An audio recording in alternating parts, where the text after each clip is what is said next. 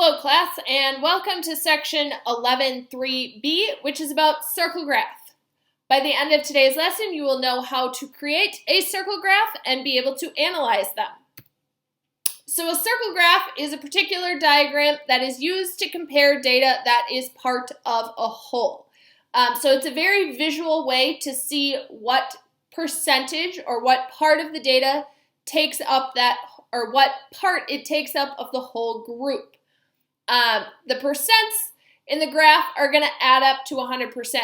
So when you're looking at a circle graph, that full circle is all of the data together, 100%, and then all of the different pieces of the circle are going to make up smaller percentages to represent the various groups. Our steps for making a circle graph are going to start by converting the percents to decimals. In order to convert a percent to a decimal, you're going to move the decimal place 2 places to the left. So wherever it starts, you're going to take it and move it 2 spots to the left. That's going to give you a decimal value instead of a percent value. Then you're going to take that decimal and multiply by 360.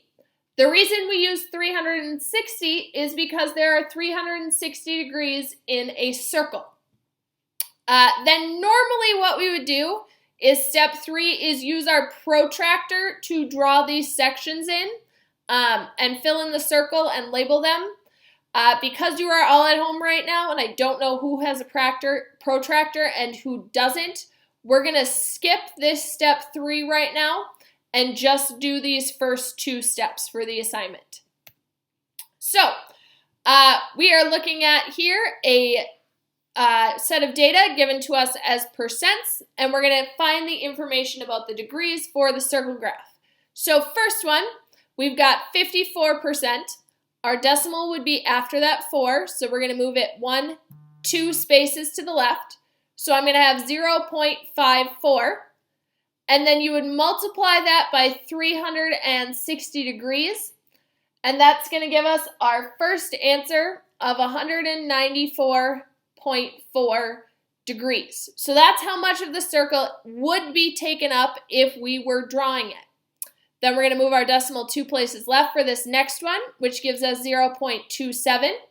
Again, multiply by 360, and that is going to give us 97.2 degrees. For the next one, we have 9.5, so we're going to start and we're going to move it from the decimal 2 spaces left. Remember, in those blank spots, we're going to put in a 0. So we've got 0.095 times 360, which is going to give us an answer of 34.2 degrees. And then for the last one, it's that same percentage. So again, move the decimal twice, and we have 0.095 times 360, which again is going to give you an answer of 34.2 degrees. You can check to make sure that your measurements are accurate. If you add up 194.4 plus 97.2 plus 34.2 plus 34.2, that total is going to give you 360. If it doesn't add up, that means one of those numbers in there is wrong. The other thing that I want to note is when you are typing answers into Edpuzzle, if you hold down the Option key, which is in the bottom row of your keyboard, the 3rd key in from the left, so if you hold the Option key and then press the number 0, it's going to give you the degree symbol. So again, that's the Option key in the bottom row, and then the number 0, you hold the Option, press 0, and that's going to give you the degree symbol so that you can type in your answers accurately. I want you to go ahead and try this one on your own, finding the 3 different degree measurements for this circle graph. So the first one is going to be 162 degrees, then we have 108 degrees, and then we have 90 degrees. The other thing we're going to do is do some analyzing of circle graphs. So looking at interpreting graphs that are already made for us. So in this particular graph, Sandy surveyed her class to see which flavor of popcorn they liked the best. The circle graph at the right shows the results of her survey. The first question is, which flavor did students like the most? So you're going to look at this graph, and you're looking, since it's the most, you're looking for that biggest chunk, which in this case is going to be butter. So they prefer just regular butter popcorn the most. The next question is, which two sections represent flavors chosen least often? So now we're looking for the smallest two chunks. The smallest chunk, we have nacho, and then the second smallest chunk, since it asks for two, is going to be cheddar. So make sure you're answering all parts of the question. This one asks us for two. This next question says, if Sandy asks 200 students in her school which flavor of popcorn they like best, about how many would say caramel? So we've got caramel here. We're going to do this just like we would find our degree measurements. We're going to start by turning this percent into a decimal. So we've got 0.17. And instead of multiplying by 360 now to find the degree, we're going to multiply by the number of students she's asking. So in this case, 200. When you do that, you're going to get an answer that 34 students would prefer caramel popcorn as their favorite flavor.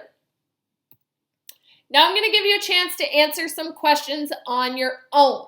For this first one, tell me which item is found most in landfills and which item is found least in landfills. The item found most often is paper, and the item found least is rubber and leather. For this next question, I want you to tell me the difference between how much plastic and how much metal is found in landfill. So for the plastics, we've got 24%, and then for metal, we have 8%. So if you subtract those, you find the difference that there is 16% more plastic than metal in landfills. And for this last question, if 1,000 items were put into a landfill, about how many of the items would be food and yard waste? So for this one,